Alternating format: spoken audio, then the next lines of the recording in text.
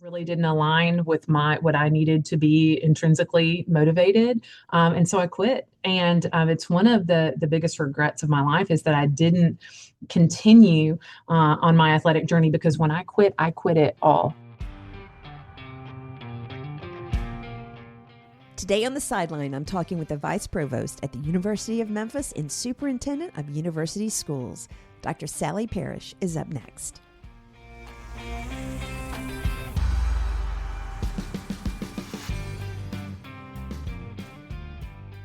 Welcome back to the Fifth Quarter Podcast. I am your host, Sandy Adams, and this is where we dive deep into the world of sports, talking with retired athletes, current athletes, and everyone that helps make the sports world great. Quick reminder, if you haven't already, be sure to subscribe to the show. You can find us on Apple, Spotify, Audible, YouTube, and wherever you listen to podcasts. And it would mean the world to me and my guests if you could take 2 minutes and leave the show a review on Apple or Spotify. To learn more, you can visit our website at 5thqrtpodcast.com. Now grab your iced tea or your coffee. Get ready to be motivated and inspired because this is where the real stories are told. Today on the Sideline, when I first met today's guest, we hit it off immediately. She is one of those leaders who carries both confidence and warmth, and you feel it right away. Dr. Sally G. Parish serves as the Vice Provost of the University of Memphis and Superintendent of University Schools. She's also a proud two-time alumni of the University of Memphis. And under her leadership, that would be the university schools, the district has earned statewide recognition for innovation and academic excellence. Before stepping into her current role, Sally launched an award-winning student-athlete leadership development program at the University of Tennessee and taught leadership at the collegiate level to athletes across a wide range of sports. Her doctoral dissertation, Game-Changing Leadership, produced research that informed a new leadership identity development model for collegiate athletes, shifting the conversation from performance to personal growth. And while she leads at the highest levels in education, she also volunteers her time coaching a 4th and 5th grade campus school girls basketball team, staying connected to young athletes in a very real hands-on way. Earlier this year, she was named a 2026 Woman of Distinction by the District Administration Leadership Institute, one of only 5 women in the nation selected. But my favorite is she's also a 2026 American Heart Association Memphis Mid-South Woman of Impact. She understands leadership from the inside out in systems, in sport, and in identity. I cannot be more excited to welcome to the show Dr. Sally G. Parish. Thanks for having me, Sandy. I'm so excited. Like, we have been talking about this for weeks. We met, for those that didn't get that, I photographed you for the Women of Impact. And I literally remember, like, I think the first words out of your mouth, we started laughing. And I was like, oh my God, I love you. I really do. You just made things so much easier. And I won't get into all the fun we had on that shoot. But anyway, welcome to the show. Now, I want to ask this question. Like, did you grow up in Memphis? I did not grow up in Memphis. No, Okay. I grew up in a small town in Middle Tennessee. Where? Pulaski, Giles County. I know exactly where that is. Actually, I went to college with somebody from Pulaski. Oh, did you really? Don't ask me her name. I can't remember it right now. But yeah, and I'm actually from north of Jackson, McKenzie. So Okay. kind of close a Yeah, little bit. the small town vibe and sports in small towns and how much it Yes, influences yes. your development too. So growing up in this small town in Tennessee, like, why did you get into sports, or did you even want to get into sports? Yeah, so I am 5'9", which, for a gal is tall. And I have been 5'9" since I was in the 4th grade. Oh my So, God. right. You can see me in school pictures, and I'm literally a head and shoulders Ah, taller.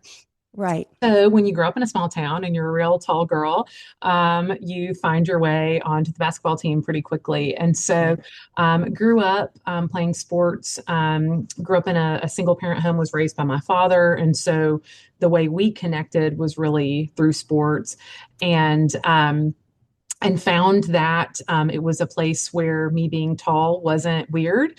And Right. now I feel like more of average height. But at the time, I felt kind of like a giant. And so I was able to put my height to good use and grew up playing basketball until I didn't anymore. And we can certainly dig into that too. But certainly always had a passion for sports that started at a young age and has continued throughout my career and helping to uplift the experiences of student athletes, whether that's elementary school girls or collegiate Right. athletes at a few of the institutions where I've worked. It's been a big part of my life. So I guess my question then is because so you use so sports was a way for you and your father to connect, and I Mhm. get that. Did you ever feel resentful that you, because of your height, maybe got pushed, not because of him, but because of your size, got pushed into sports or into That basketball that is specifically? such a great question. Maybe not into the sport, but into the Mm, position. So when you are right, a tall girl on a basketball team in a small town, you're a center, right? right, And so right, no one really teaches you to be anything but a center. And so I was always the girl under the basket. My job was to get putbacks and rebounds right, and box out and so I think where maybe the more resentful feeling comes in as I got older and 5'9" wasn't really tall anymore, right? right, 5'9" then became you're kind of small on the right, basketball court. And I didn't know how to handle the ball and I didn't know how to move my feet. And I right, realized then that I had been kind of coached by some short-sighted coaches who just really wanted me to play the position they needed and yeah. not really develop me as a full player, a full athlete.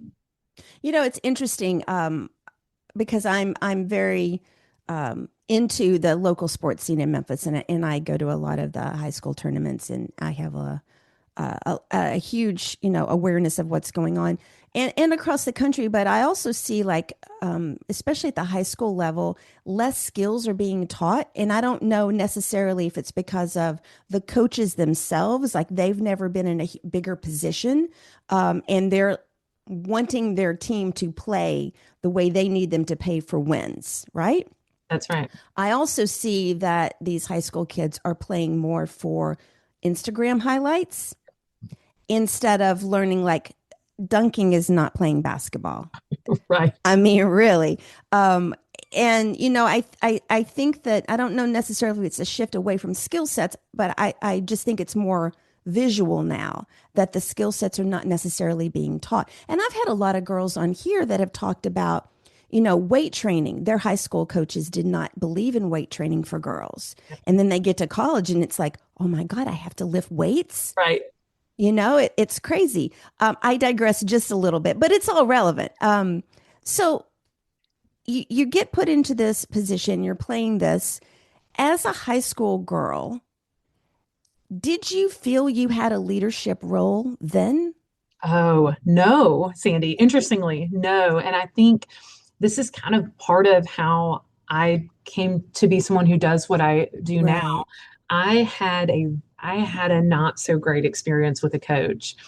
And I felt like I was always playing catch up on the skills, Sure. right? I Because get I that. was Yeah. expected to be the size, but I wasn't conditioned. I wasn't doing any sort of weightlifting, and I wake up and lift weights every morning now, Sandy. But I at the time was incredibly boxed into a role, and then had a coach who just expected me to magically know how to do all these other things that I had Right. never been coached and trained to do. And I really struggled with that because every kid wants to do something they're good at, Sure. right? No one wants to Absolutely. go out and do their worst. Right. And I encountered a very negative coaching style, a male coach who was not willing to put in the time or the investment to help me to, Right. to be better. And look, maybe that wasn't what they were hired to do, right?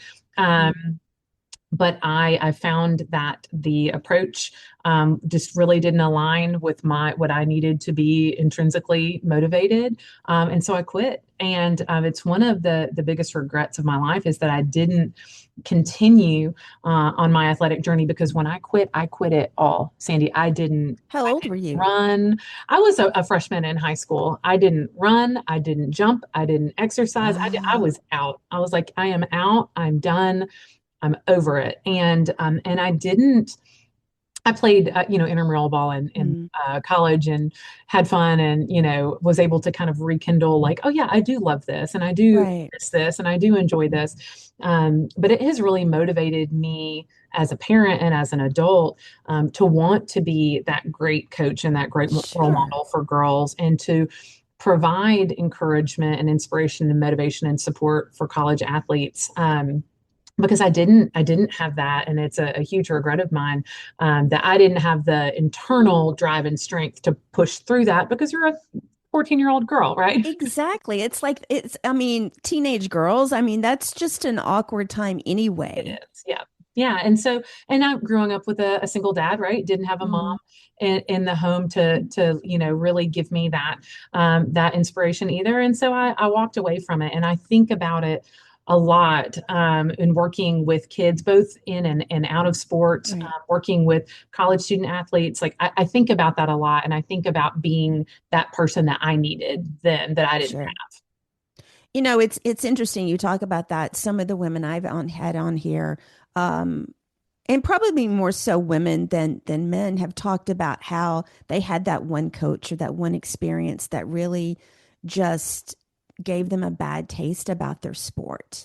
And several of the girls have talked about that. You know, the body image, the body shaming, the hardcore coaching, and all kinds of things like that. And it is something that every coach is different. You can't necessarily say, well, it's the system or whatever. It comes down to it's the person who's the have. Right. coach, That's right. and then the people that are around them and that kind of stuff. So when you got to college, you went to the University of Memphis. Yes. Go Okay. Tigers. Okay. Go Tigers. I'm curious, what led you to the University of Memphis, though? Oh, Was it yeah. already the University of Memphis? Already the University of Memphis. Okay. Okay. Yes. So I came to Memphis on a whim. I was hosting an exchange student from Italy, and she wanted to see where Elvis was from. And I so love that. I we love that. so we hopped in a car. Me, Anna Maria was her name, and another friend. We hopped in a car from Giles County, Middle Tennessee, drove across the state by ourselves. No parents, no adults. Who the heck let us do that? But I don't know. I owe them a great deal of gratitude. And came to Memphis without a plan. We had our printed MapQuest directions, uh, Wow. and thought, well, heck, while we're here, let's go on a campus visit to the University of Memphis. And I will tell you, I remember my tour guide, and she and I still speak to this day.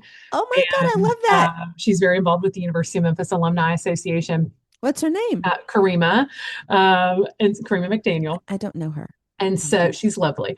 Um, so she gave me a tour. She gave us our tour, and it was raining. It was a terribly ugly day, and her passion for the University of Memphis, the van that we were in the rain, like couldn't contain it. I fell in love with everything the university had to offer. I fell in love with the city of Memphis. Yeah, I loved the people and the music, and we didn't call it the grit and the grind then, but it was the grit and the grind. And exactly. the history and ultimately I felt like this was a place where I could make a difference, Mm, where I could be my best self, where I could do things I had never done, but where I felt like I would be in a community that was supportive and encouraging. And right. and I'll be honest, like that was it for me. I got an academic scholarship to come here, which for me as a first generation college student was critical to being able to go to Right. college, was to be able Right. to pay for college. And my husband and I, we often say that one of the best decisions we both made before ever meeting each other was choosing to come to the Right. University of Memphis, and then later in life choosing to come back here and continue to invest in this city and this university. Another reason why I love you because I had been to Memphis before, but I chose Memphis. It was either that or SMU, and I didn't have the money to go to SMU. Yeah, yeah, But again, I was close to home, and I was 2 hours from my mom, and but I felt the same way. I love history. I fell in love with the city. To me, it's my hometown, even though I didn't grow up here. yeah. And the majority of my friends are from college that I've still stayed with. And there's just something about the city that you either fall in love with it or you don't. That's right. And it's one or the other. And, I've never, I don't know how you went to work for University of Tennessee. I'm going to be honest. Hey, I wasn't going to say that name. We had to like really get, how athletes have to like really get like their mind, like you have to block all Yes. these other things out and get a mindset about this one thing. That's what it felt like when we moved to Knoxville. It was like, all right, we just got to like really wrap our minds around this. And I think for my husband, it was this like, okay, we're going to come here for 2 years and we're just going to take money from that university. That's what we're going to let them give us money. That's what it's going to be. And I will say, I got to do some really amazing things there, and so I am Sure. grateful for my time spent there. But really, it was all just training to get back here and Sure. do the real work in Memphis. I know I have another friend. He worked for the university for several years. And I'm like, how can you do that? And he goes, it's really difficult. I It is just go to very work and go home. That's right. You just have to like focus up. And I got to tell you, during football season, it was just miserable because if you didn't want to go to the football game, the whole city shut down, Well, right? sure. And It, so, unlike yeah. this, where there's just so much to do and so much to see and so many places to be. And I think in some ways, and I'm sorry for everybody's University of Tennessee out there. I do have people on here that went to the University of Tennessee, but I think that that's part of the issue is because it is so small that is the city. When I lived in Houston, we had like 10 universities, I guess. There were like new ones every day. So it wasn't as awkward. And even in Memphis, you've got multiple schools here. But you're right. It's a small town with one school. Yeah. And I felt like the way that we were able to like make it meaningful living there Right. was that I found areas within the university where I worked to really invest my time and my energy. Sure. And Sure. so I cared about those students and those Right. experiences. And so that kind of carried us through our time there where we felt like we were able to make meaningful contributions to those individuals. And then when I felt like, okay, I've given all I have to give here and we've experienced everything there is to experience here, like it's time to go home. And we were thrilled to be able to move back to Memphis. My husband's from a huge Memphis Tiger family, Right. multiple generations of Tigers. And so we were welcomed back with open arms, Gibsons, Gus's, and Tiny Bomb. So if you're looking for sponsorship shout outs there, Sandy, truly, the moment we pulled into town, and Aunt showed up bearing I all, love all the that. Memphis I gifts. Yeah, love that. I it love was a that. great welcome home. Um, I just know we're going to have a lot of conversations over the next year. So let me ask you this: why did you end up at the University of Tennessee?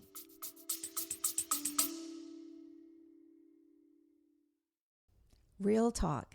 I want to help more people like you show up online with confidence, starting with your LinkedIn profile.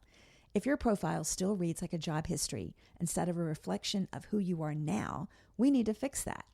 I offer a LinkedIn makeover service where I rewrite your headline, your about section, and your experience to tell your story in a way that gets noticed, that showcases your expertise. It's personal, it's real, and it's all about helping you stand out for the right reasons. Book your makeover at sandy-adams.com/LinkedIn, and let's get your profile working for you. Yeah, so I have a real passion for leadership education, leadership development, kids, adults, Right. executives, C-suite, you name it. And I had an opportunity there to come in as part of a department that did some leadership education, leadership training for college students, and was there briefly in that role. Mm. And then we realized at the institution that we really had an opportunity to maximize that leadership education work that we were doing. So I was able to serve as the founding director of the Center for Leadership and Service there. And Okay. I really felt called, maybe not geographically to that part of Sure. the state, but Sure. to that work. And while I was there, I found that a lot of students that were from Memphis or from areas like Memphis, right? Right. More urban communities, they gravitated towards me because they found like, oh, she's a Memphis girl, she'll get it. Sure. And Exactly. like you, I Exactly. consider Memphis home. Except for when someone says, "Oh, you're from Memphis." The first question they're going to ask you is, "Where'd you go to high school?" And that's the one that always gets me. So when someone asks me if I'm from Memphis, I have to stop and say, "Well, are you from Memphis?" Because I Yeah. know the next question that will follow. So it was a great experience. I got to build some really cool things, work with some really cool people. Started this nationally recognized student athlete leadership development Right. program there. And have been able to carry some of that work here into what I'm doing at the University of Memphis. Okay, you just got me all discombobulated and I completely forgot to like how we got to that. So your dissertation, let me ask this because I think it's, this is also about career journeys and things like that. Um, when you got to Memphis to go to school here, did you already know what you wanted to major in? So I came here double majoring in journalism and English, and Wow. very quickly realized that you have to write in almost two different languages to do that. And so I had to get rid of one of those.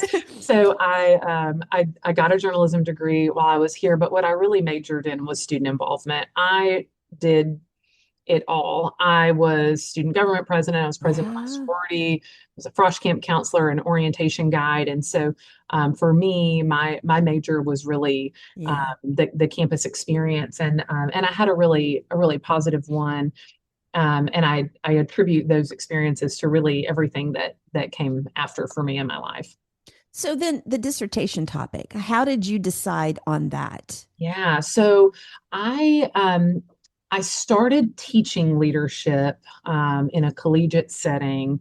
Um, I would say 2008 was the first formal Mhm. leadership class I taught, and I started having kind of a sprinkling of student athletes would take my Right. class, and I quickly realized that having these conversations in class, the student athlete perspective and experience on all of these different leadership topics Yes. was so unique. Mm-hmm. And I found that I kept gravitating towards it. And then I would feel bad and be like, "Oh, wait, nope, sorry, Yep. rest of class, like you're Yep. here too." And so that then led to me teaching a very specific leadership and sport course, Right. and where I only taught athletes. And it was athletes from every sport. And now you know, they're all over the world doing incredible things, and I'm so proud of them. Olympians and World Cup Right. athletes, and ESPN broadcasters, and NFL players, and NBA players, and not that that's the mark of success. We also have former students who are outstanding professionals in their fields and fantastic Right. parents and partners, and but all of that, I kept saying, like, there's just something that's not fitting here. Like, the research says this, and the textbooks say this, and the theories say this, but then I'm working with these students, and like it's not quite meshing. Right. So I wanted to research, like, what is the leadership identity experience of a student athlete, because it's different than that Mm. of which all of the other research is based on. And so I interviewed athletes, I observed athletes in their practice settings, I observed athletes in game settings, Right. and took thousands and thousands and thousands of pages of written research observations, and was able to find themes. Mm. And that's really what my research eventually produced was, what is the model that defines leadership identity development for an athlete, and how is it different than maybe what the 100 years of literature has said that it's supposed to be.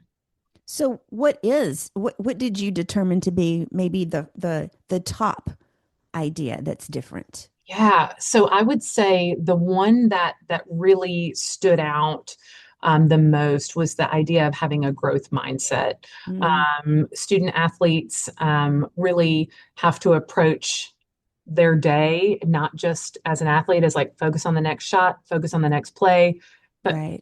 move. You got to move to the next, and you got to get better.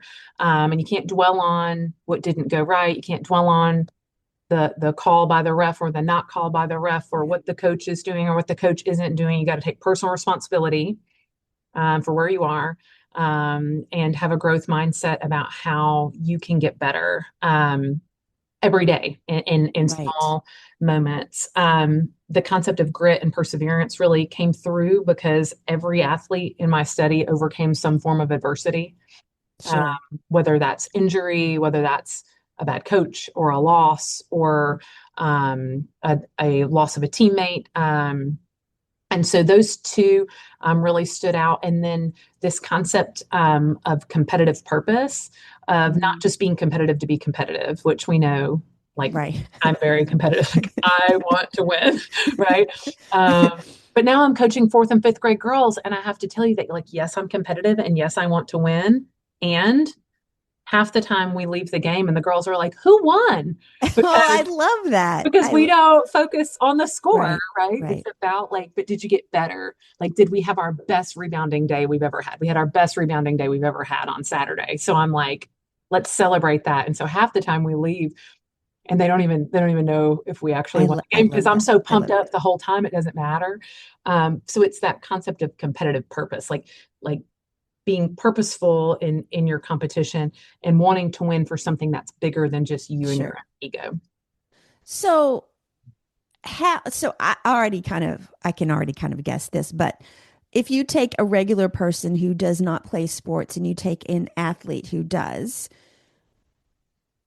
more than often it's going to be harder for the regular person to have that growth mindset. That's right. And what would you surmise would be some of the causes of that? Yeah, I think, when you commit, especially like the further in Mm, you go in your sure. athletic journey, right? The amount of sacrifice that you have made to get to where you are, right? I mean, Right. I can think I have a middle school son playing varsity basketball, Bless his heart. and I know it's hard out there, Sandy.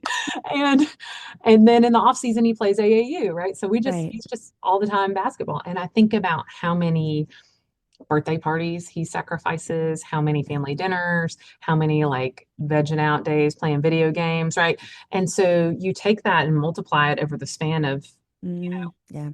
20 years, the average sacrifice that an athlete has had to make compared to what we often call like gen pop, Right. the rest of Right. the world, it's significant. And so with that, they're facing hardships, they're facing loss, they're facing frustration, and that growth mindset is Yes. developed over Yes. time, right? Yes. And so you're an average human and may experience life in this fixed mindset.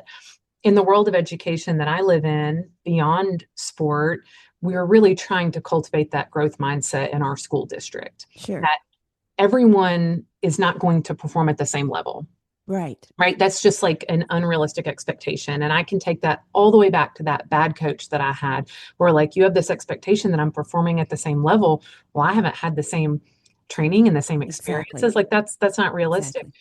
And so what we do in our schools that I think also translates into sport is everyone's going to have a different personal best, right? And we're Mm. just trying to get there. We're trying to get a little bit better every day. I That's what I talk about all the time. Get 1% better every That's day. it. That's it. And everyone can do that. Yes. And so, like, I teach a middle school leadership class now. And we were talking about this concept a few weeks ago. And I have a kid that's like, he's a really fast runner in my class. And I was like, look, man, your personal best running and my personal best, like, we're going to be like cheering me on for a 10-minute mile. Like, you better break out the confetti cannons, okay? And you're over here running a 5-minute mile and barely breaking a sweat, right? And that's okay that it took me twice as long if that's Mm, my best. If I shaved 10 right. seconds off, we're going to celebrate that. And I think that to the general population, that's not a normal way to approach life. For an athlete Right. who's in a leadership mindset, right? That's the only way to approach it. Sure. Or else every loss is Yeah. just going to be a nail in the coffin, right? Um, and I think that's just what's so unique and different about the leadership mindset of an athlete is like they have no choice but to push through that. Exactly. Exactly. So I'm going to challenge you a little bit here. For the normal person who doesn't want to play sports, how can, say, a high school student or a college student develop more of that growth mindset if they're not in some type of competitive play of some kind? That's a great question. I think for anyone, the first step is to be self-aware, right? You got to know where Mm, you are if you want to know where you're yes, going to go. exactly. And I think a lot of times kids these days are not always given the opportunity to be self-aware. They are being told Mm, this is yes. who you are and this is what you can do. And they're not really being challenged to take a moment and say, but who am I really? What am I good at? What do I care about? What do I value? What do I want to be? So it starts there. Right. And I think oftentimes we sell kids short. And I say kids all the way. We sell college students short, Yeah. thinking, oh, they're too young. Frontal lobes not developed. They can't figure that out. Yes, they can. Right. Right. Just got to provide the environment for that. And so I think it starts with that self awareness, and then setting a goal, holding yourself accountable to that, and working towards it and getting a little bit better each day. And so that can be in music, Mm, right? Playing an instrument, in art, setting a reading goal, academic goals, college acceptances, right? I think it's just knowing who you are, right. what you want, and then taking small steps every day to get there. And also, if you look at the person who plays a sport and you look at the person who doesn't, for the person that doesn't, you're right, you have to set goals, but you almost have to look at your goal as some type of sport. Yeah, If you want to think about that, that's right. and if you want to think about, I'm an athlete in music, or I'm an athlete, and I say that in quotes, um, because I think it's easy for people they want to set a goal, but regular people don't have anybody pushing them every day either. That's right. And sometimes that's good, right? Because then you It have to find the is. push in yourself, Yes. right? Yes. Like that can, ultimately, like there was a point in my life where like I didn't have anyone pushing, and so I had to push. But it was because I was competing with me, Sure. right? I wanted to be better than I was last week. And some of that, comes from intrinsic motivation, some is extrinsic motivation. There's a ton of research on all of that. Right. But I think at the end of the day, it's about being a competitor and wanting to thrive, right? In Sure. Sure. whatever field that's in.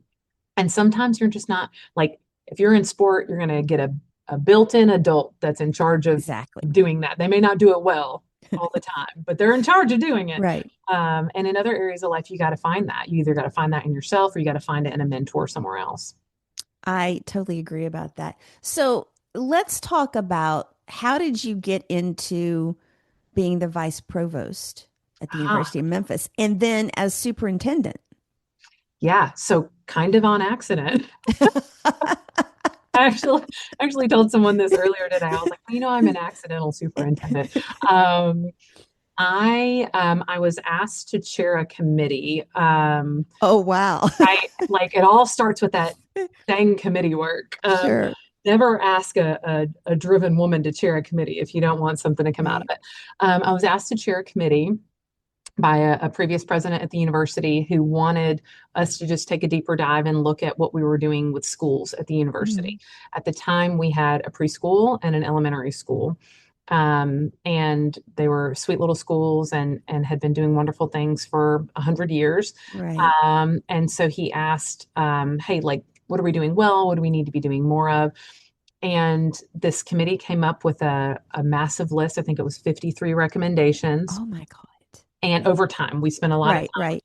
and delivered okay, I'm done. I'm done. I'm going back to my day job, which was working in student leadership programs, working Right. with student athletes. I'm done with this committee, back to my day job.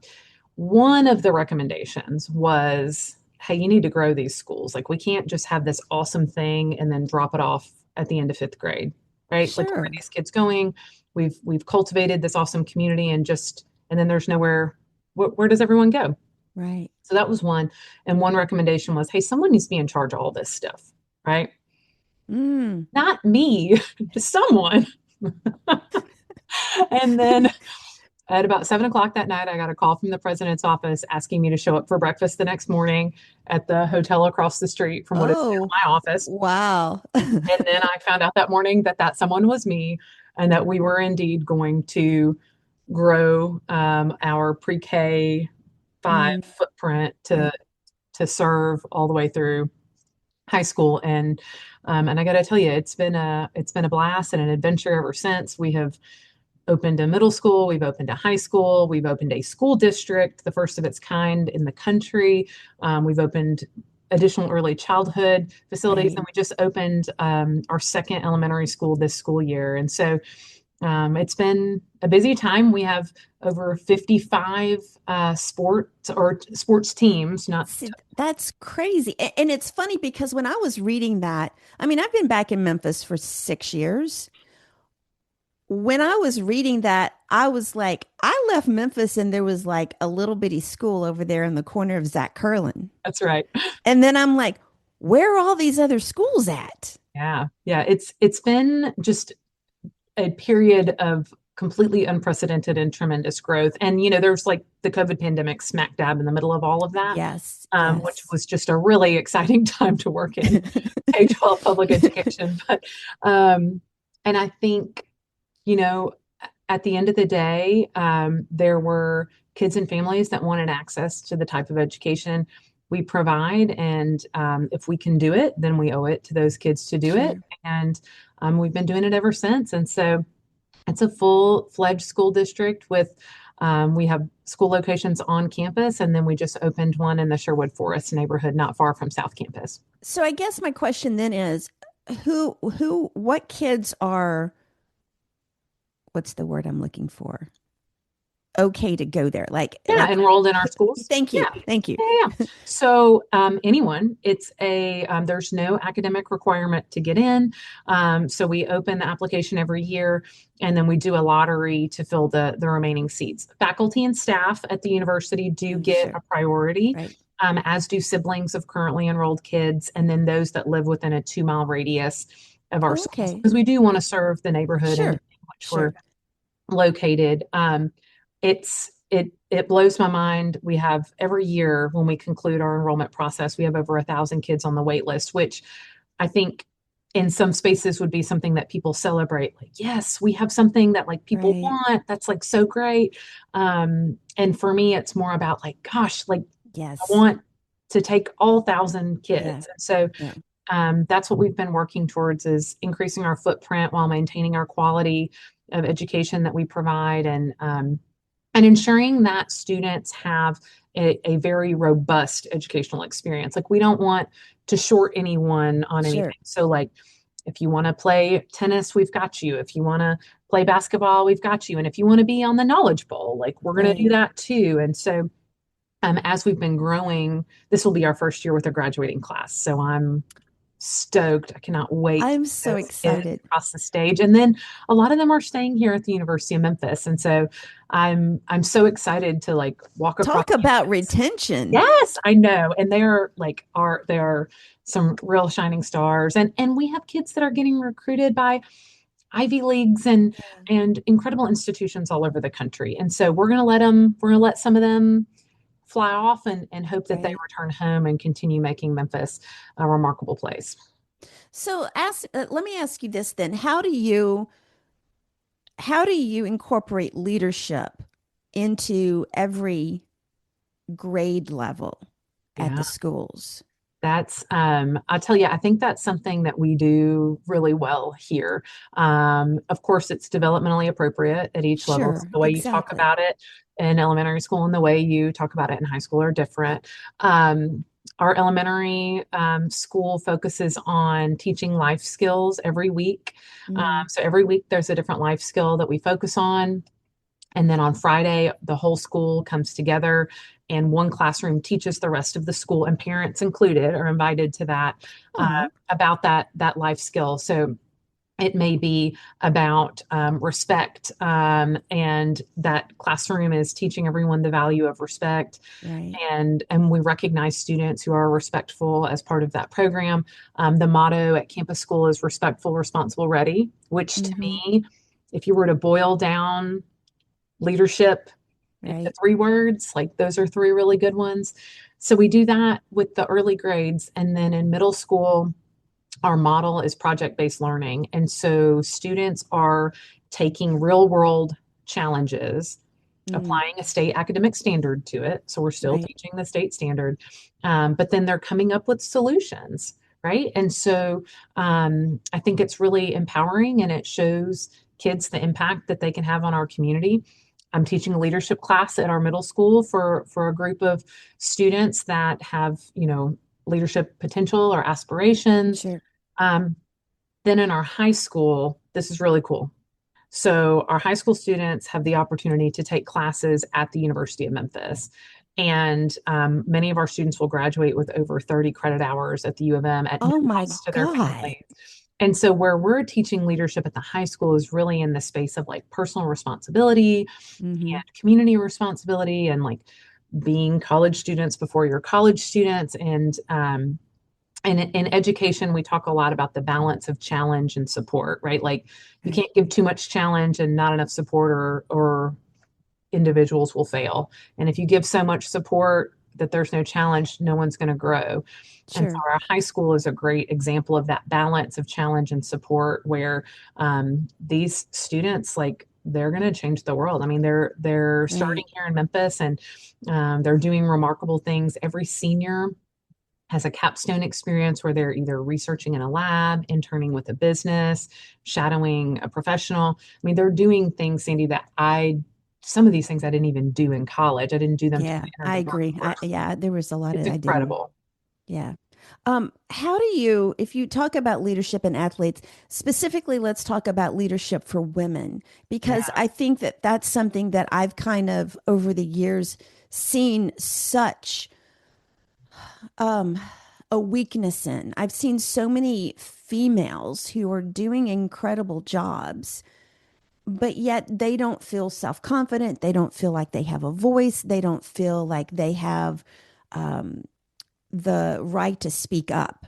And they are acting like a leader, but they're not acting like a leader. And I do think that, as we grow up, I was very blessed to see a mother that basically had that same mindset, the grit and grind. She had to get up and go to work every day. If she wanted to put food on the table, she had to get up and go to work. Like she never took a sick day. And I just kind of grew up with that mentality. It is what it is. You just pull up your britches and go on to the next thing.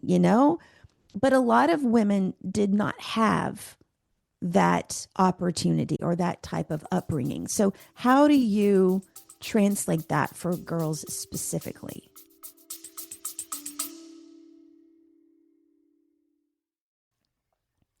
All right, before we get into the next topic, I want to take a quick moment to tell you about something that can really help you level up your personal brand.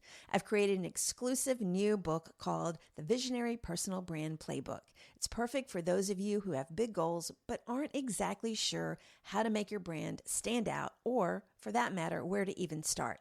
It's packed with actionable tips that you can start using right now, today. If you're interested, head over to my website at sandy-adams.com/playbook and grab your copy. Now back to the show.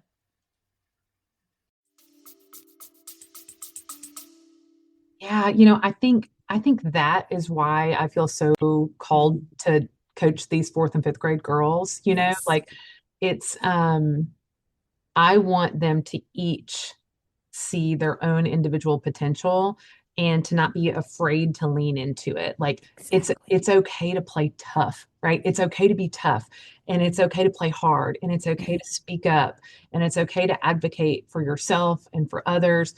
And let me provide you with this supportive space where you can practice that a little bit and get Right. feedback on it, so that the first time you're using your voice isn't when you're 24 in your first job and you maybe overshoot, right? Right. so, Right. um, so I think whether it's right or not, like young women and um, women in their careers are often held to a different standard. And They so are. I think again, it comes down to like leading yourself exceptionally well, surrounding yourself with good people. Right. Um, Keep the main thing the main thing. Like I have coached so many women in the profession, not just girls on a Right. basketball court, but women on the profession. Like, hey, everything can't be the thing. Because if Hmm. everything's the thing, nothing's the thing. And Right. so, like, what is really important to you? What is your North Star? And like, let's work towards that. Let's not worry about, did I put enough exclamation points in my email response? Did I sound convivial enough, right? Did it, Right, right, this like, is the way that I said this palatable for this person? right. Like maybe spend a little less time worrying about that, and really think about like what's important. How do I get there? And Yes. and I think oftentimes, you know, perfect is the enemy of good. A lot of women and a lot of young girls, like my girls Mm, on my basketball team, like when we started working this season, they thought if they couldn't do it perfectly, well, then I don't oh, want to do it. right. I'm like, you're not going to No. score any points if you don't take a shot. I say it every game. I'm like, hey, girls, you're not going to score any points if you don't take a shot. And so Exactly. we cheer for the shots taken. It's cool if you miss it, right? But you got to take the shot. And I think that translates, that concept translates to women in the workplace too. Like you got to try, right? And it's okay if it's not perfect. Sometimes it's okay to just be really good and then to try Hmm. to do better the next time. And have fun doing it as well. Yes. I think that's really important. You know, it's interesting. Lindsey Vaughn, I was just looking at her update, and regardless of what anybody thinks of why she should have done what she did, that's her own business. But um, she has put out such positive things about her surgeries, about her accident. And, and I think the best one was don't feel sorry for me. I never want to go through life thinking, what if, Yeah. and um, she has a long road ahead of her. She's back in the States. She still has another surgery. Her leg is still in pieces. It's got this huge contraption thing on it, but she's still, and whether she's just putting that out or not, she's at least putting it out, you But know, that's that growth mindset, right? it That's that is. like, It is. hey, I left it all out there and here's what I've learned from it. And I wouldn't Yes, do it differently. And you got to go for it. And I agree. I find it to be incredibly inspiring. And I think, she's a great example of leaving it all out there. exactly. A life Exactly. well lived, a career well performed. Yes. And, it's just those type of women, and it had to be so hard. But for them, it's probably not as hard. They just do it. It's what's in them, Yeah. especially as they get older and stuff. So let's talk about it in terms of sports. What is the difference between a captain and a true leader? If you're looking at sports teams, Yeah. I remember early on when I was teaching this leadership and sport class, we would always start with like, tell me who the leader is on your team. right? And this is across sport, right? Hmm. Like Olympic sports, football. And the immediate answer was, oh, it's the captain, the coach, captains and the coaches. And then I'm like, really? Why? And they're like, well, because it's their title. I'm like, mm-mm. A title is a Exactly. title. Leadership is an action. So tell me who's doing leadership, right? Like what is that act like? And then oftentimes they would kind of roll it back and they'd be like, yeah, it's actually not the Yeah. captain. The captain is a title. The leader is oftentimes someone that is behind the scenes, not in the spotlight, not with a title. And sometimes when they do that over time and they do it really well, then they will earn a title. Hmm. But the title of captain it's just that. It's just a title. And oftentimes there's like a transactional experience in sport. Sure. Like if I do this, then I get this, right? In the world of NIL, we have there's a lot of transaction, Yes. right? Or, if I do this, I'll get playing time. And if I do that, then I'll be captain. And we talk a lot about how leadership is really, it's transformational. Like Mm, what change are you creating? Like, how are you changing yourself? How are you changing your team? How are you changing the landscape? Um, Sport is an incredible platform, right? right. There's a lot of stuff we don't agree on in our country. And that's not what this podcast is, but there's just a lot of stuff we don't agree on. Exactly. Exactly. And sport is something that like we can all get on board with, right? Mm, Like for the most part. And it provides this awesome platform for doing good, for being a yes. role model, for creating change, for inspiring people, rallying people who may disagree on everything else, but we're going to come out and cheer on the Tigers. And a captain can do that, but it doesn't mean they're going to do that. That's what a true leader of a team Sure. can Sure. do. And that's probably one of the things that I fell in love with Memphis the most was the fact that sports unites everybody. And I just remember the days of, especially in the early 90s, just remembering you'd be out wherever you were and everybody would be talking to everybody. And I loved that. And I was like, you just can't, unless you're here and you go through that, you just can't really understand that. So obviously, this podcast is about career transitions for athletes after, they've retired from whatever level of competition. Um, how can a current athlete, whether they're a student or professional, how can they start preparing for life after their retirement and how to bring that leadership with them? Yeah, I have seen real kind of identity crisis moments. I'm Mhm. sure you have too, Yes. Sandy, where it's like, but this has been my whole life, my whole everything. And we're lucky if an athlete has the opportunity to end on their own terms, right? Right. And not, It's still not easy for them though. it's not. No, you're right. And I think for those that do get to end on their own terms, they have the benefit of really being planful and deliberate in what Right. that exit looks like. Like I know, a lot of times people really value first impressions, and first impressions are awesome. But I think also like how you end, how you exit gracefully Yes. is Yes. perhaps the most important piece when it comes to thinking about your leadership. Um, so I think, being really clear on who you are, not what you are, Right.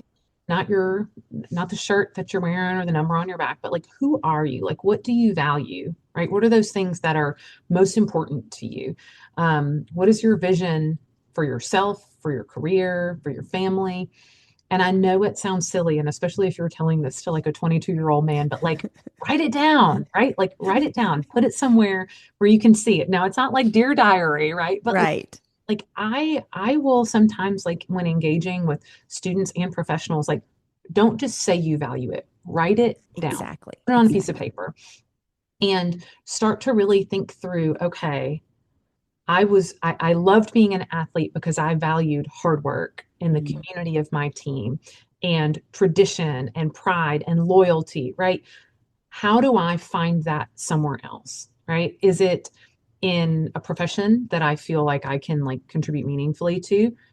Is it in a church? Is it with my family? Is it in my neighborhood? And find a way to translate those values and those Sure. commitments and that drive, because otherwise it can feel they can feel a little untethered. Mm. Um, Absolutely. and I Absolutely. think no one wants to be spoken of in the past tense, No. right? No one wants to have a conversation about remember when you did, remember when you were, right? Because you're like, no, but I'm here, like right now. And then I think about, you know, for a lot of our athletes, no one really knows them as a person, right? We Absolutely. don't know That what you have is going on, what you care that's about, what you're so passionate true. about, where you come from. We know that you're the one that does this when you get on the court or when you Right. get on the field. And so you have to really own like, but I am a person, and Mm. here's who I am, and let me tell you my story. And that can be hard because your story's been told for you your whole life. Absolutely. And also, I think that, especially if they're really good, they've gone through so many years of everyone just putting them into one little box of this is who you are and this is what you do. Mike, was it Michael Phelps? Yes. He talked about, when after he retired and had won all the Olympic medals, he said, I don't know if this was ever my goal in the end because I had just gone on this journey of this is what I'm supposed to do. Right. And then look at the end when he had nothing else to accomplish really in his head when it came to Yeah. his sport. And that was difficult. Yeah. One thing I found interesting is a lot of the men that have been on here, especially the ones that have children Mhm. already in their high school or adults, they've been very vocal about how they made sure their kids did other things beside the one sport. Yes, I am a huge proponent of that.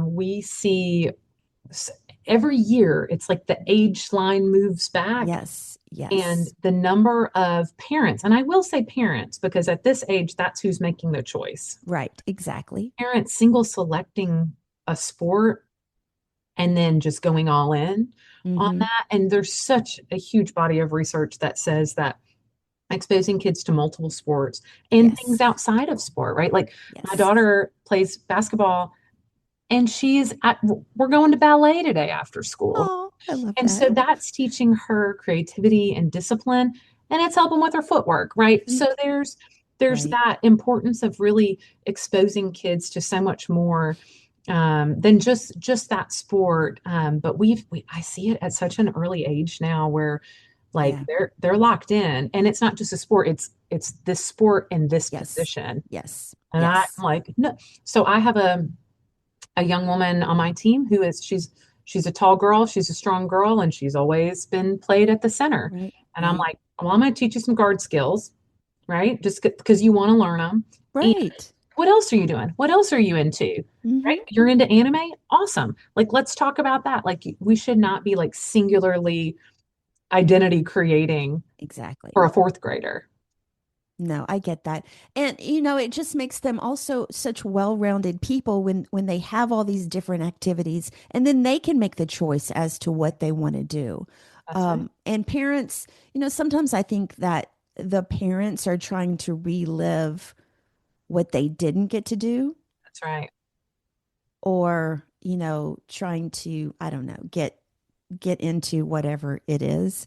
Um, okay, so was it difficult to start coaching the fourth and fifth grade girls team? Man, I will tell you. So I started. And why did you decide to Oh do my that goodness. in span of like creating this whole school Well, system, the school so district? I'll tell you, some of the hardest hours I spend each week are at practice. Not, and I love it so much, but like it takes It a different level of it leadership, does. right? It does. So this actually started, let's see, 4 years ago, when my son was it 4 years ago? He was in the fourth grade and at campus school, and we had never had any sport programs at any of our schools Right. at all. And my husband and I were like, man, like he had my son had been playing basketball, um, church league ball around town. My husband had been his coach. And we had all these kids that really wanted to play. And we're like, you know what, we'll start a campus school basketball team. So we embarked on this journey, like made all these phone calls, like, hey, will you let us Right. in? Will you get us jerseys? Like, will you trust us with your kid? Right. Like, did all the things. And now there are 11 basketball teams at campus school. So Right. the program has just, it has grown tremendously. And so I started coaching young boys. Hmm. And this is my first year coaching a girls' team, and I will never go back. I love coaching these girls because we can also talk about things that girls deserve at some point to have a woman as their coach. I Sure think they do. that's I important. I absolutely And agree. some never do, right? Like there are some girls that will go their Right. entire career and they'll That's never right. have a woman as a coach. And so we get to talk girl stuff, right? Mhm. And we like last practice, we each girl got to pick a song and we would sing a Taylor Swift song while we're doing a dribbling drill. So it has been one of the more challenging things I've done, and one of the most rewarding because the gains that you see in these girls, not just on the court, but just in their confidence and in the way they treat one another, not just in a game, but like at school, it is like that's why you do it, right? And Right. so every practice we end with, "Hey, girls, tell me something you saw someone else do today that was really great." And what they're doing is they're getting in the practice of giving and receiving feedback, Sure. right? Sure. And so, so I'm teaching that to a fourth grader, right? There are Mhm. 40-year-olds that don't know how to do that. And so Very much so. and it's hard, right? Because you have to kind of put some guardrails around Yeah. it and give some coaching. And then, we do a queen of the court every practice, every game, who hustled the hardest, and you have to say why, right? And Right. so those are the moments that, like, that's it for me. Like, that's why you do it. And we've won some and we've lost some. And we've had some interesting parents in the stands. So that's a fun part of fourth grade ball is you I'm get some sure. loud parents. And I'll volunteer to go run the book during, like, on a Saturday morning at our gym, for some kids basketball games, and you get some interesting parents out You there, do. You and so do. you get part of my role is helping the kids to, like, tune that out. And last game I had a girl, she was like, my mom keeps yelling to get in the paint and you keep telling me to go over here. And I was like, well, who's your coach? You. And I was like, then don't listen to your mom. But just right now, for the next 18 minutes, then listen to your mom, right? That's right. But it's teaching them, like, tune it out, focus up, stay positive, move on to the next play. And it's hard. There's a lot of feelings, a lot of There emotion, are. There so are. many I'm feelings. sure. I'm sure. Um, and, and that's right. It's part of it. It's like Yeah. letting them feel the feelings and, like, get right back in here. So it's been great. It's hard, but it's been great. Yeah. Where do you see yourself in 5 years? Oh my goodness. Ooh. At the University of Memphis. Of I course. I hope I hope the I would love to retire from here at some Mhm. point, not in the very near future. This is, I feel like, where I'm called to be, where I'm meant to be. Sure. Um, and I hope we are continuing to grow our schools and grow our district and Yeah. serve more kids. And so, if I am still the best person to be leading that work, that's Right. where I want to be. And if I'm not the best person to be leading that work, I hope that there's another place for me on the bench here, because I feel like this is where I'm meant to be, and the work that I'm meant to be doing. What would you go back and tell your 9-year-old self? Oh my goodness. At 9, whew, Hmm. I pick 9 because I think it's a pivotal year. it I is. think I think that you're not quite you understand more as a 9-year-old than you did as an 8-year-old. I think that's true. And that's the age of the girls I coach. And so I'm Hmm. thinking about me being that girl. I think I would tell myself, um, hey, the things that you think are a big deal probably aren't. It's gonna Right. be okay. Um, but I think I would also tell myself that, like, you can do more than you think you can. Exactly.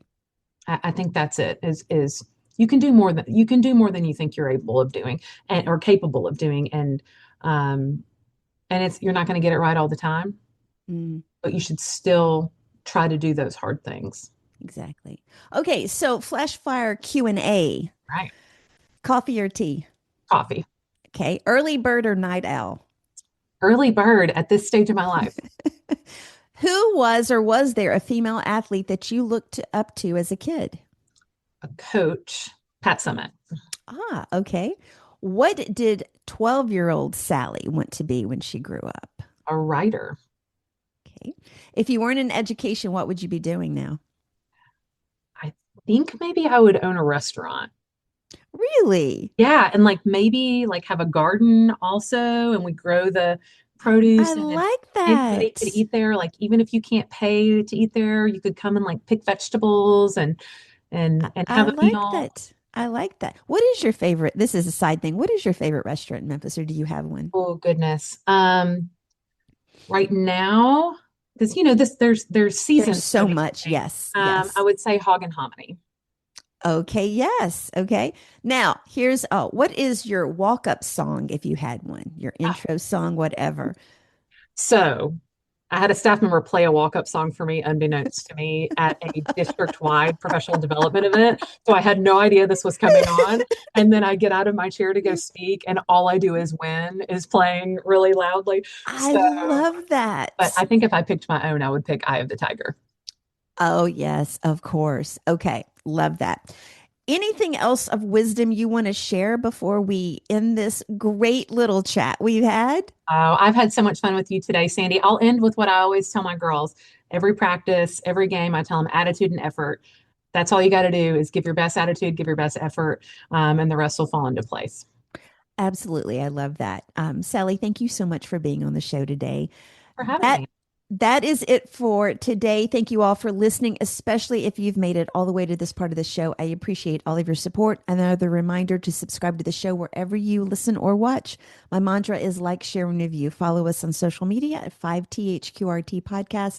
Until next time, remember, change is our ally and it paves the way for greatness. Stay inspired. Have a great rest of the week.